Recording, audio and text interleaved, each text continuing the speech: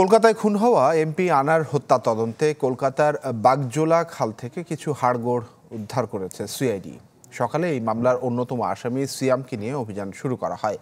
কলকাতার ভাঙ্গড়ের সাতুলিয়া এলাকায় বাগজোলা খালে তল্লাশি চালায় কলকাতা পুলিশের ডিজাস্টার ম্যানেজমেন্ট গ্রুপ এবং ভারতীয় নৌসেনার একটি চৌকস দল। তল্লাশি শুরুর কিছুক্ষণের মধ্যে আসামি সিয়ামের দেখিয়ে দেয়া স্থান থেকে মানবদেহের হাড় পাওয়া যায়। সিয়ামের দাবি এগুলো আনোয়ারুল আজিম আনারের। এই হাড়ের নমুনার ফরেনসিক করবে সিআইডি। এর আগেও এই বাগজোলা খালে আরেক অভিযুক্ত কসাই জিহাদকে নিয়ে 2 সপ্তাহেরও বেশি সময় ধরে তল্লাশি চালানো হয়, তবে তখন কিছুই মেলেনি।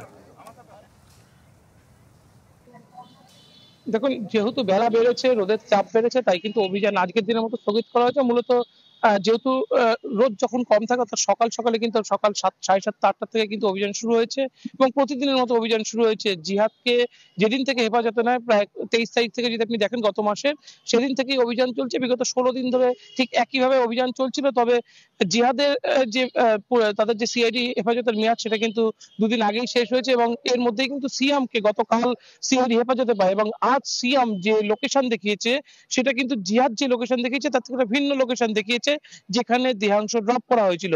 এবং খালের তীব্র স্রোত থাকার পরেও একটা আশ্চর্যজনক বিষয়, সেখান থেকেই কিন্তু দেহাংশগুলো উদ্ধার করা হয়েছে। খালের মাটির বেশ কিছুটা গভীরেই কিন্তু সেটা চলে গিয়েছিল, যার ফলে উপরে পানির স্রোত থাকলেও সেটা কিন্তু ভেসে যায়নি।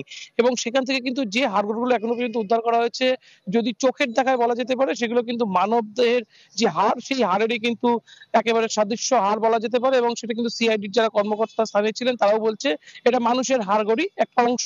যদিও এটা এমপি আনারের দেহ কিনা বা তার হাড়গোড় কিনা সেটা কিন্তু নিশ্চিত হতে ফরেনসিক ল্যাবে এই হাড়গোড় সেটা পাঠানোর কাজ চলছে এবং সেটা কিন্তু আজকের মধ্যেই সম্পন্ন করা হবে বলে সিআইডি জানিয়েছে।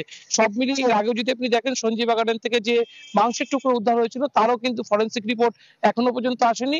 সব মিলিয়ে যেটা জানা যাচ্ছে চলতি সপ্তাহের মধ্যেই এই হাড়গোড় এবং মাংসের টুকরোর যে ফরেনসিক রিপোর্ট সেটা হয়তো হাতে চলে আসবে। তবে আজ যে সাফল্য পাওয়া গেল, এই সাফল্য কিন্তু উল্লেখযোগ্য সাফল্য, কারণ জিহাদ যে লোকেশন দেখিয়েছিল সেই লোকেশনের থেকে এটা কিন্তু সম্পূর্ণ ভিন্ন লোকেশন এবং এটা কিন্তু সম্পূর্ণ সম্ভব হয়েছে সিয়ামকে হেফাজতে পাওয়ার পরে।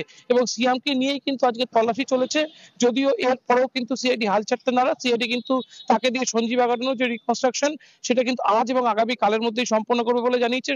এবং যদি আপনি দেখেন সিয়ামের এই গ্রেপ্তারি, সিআইডি বলছে এটা তাদের জন্য একটা উল্লেখযোগ্য সাফল্য এবং সিয়ামকে হেফাজতে নেওয়ার পরেই তারা যত ধরনের তদন্তের প্রক্রিয়া এগিয়ে নিয়ে যাওয়া সেটা তারা করবে। পাশাপাশি জিহাদকে জেলে গিয়ে জিজ্ঞাসাবাদ করে এবং তার সঙ্গে তথ্যের মিল, সিয়ামের বক্তব্যের সাথে মিল খতিয়ে রাখা, সেটা কিন্তু তারা আজ এবং আগামী কালের মধ্যেই সম্পন্ন করবে। তানভীর।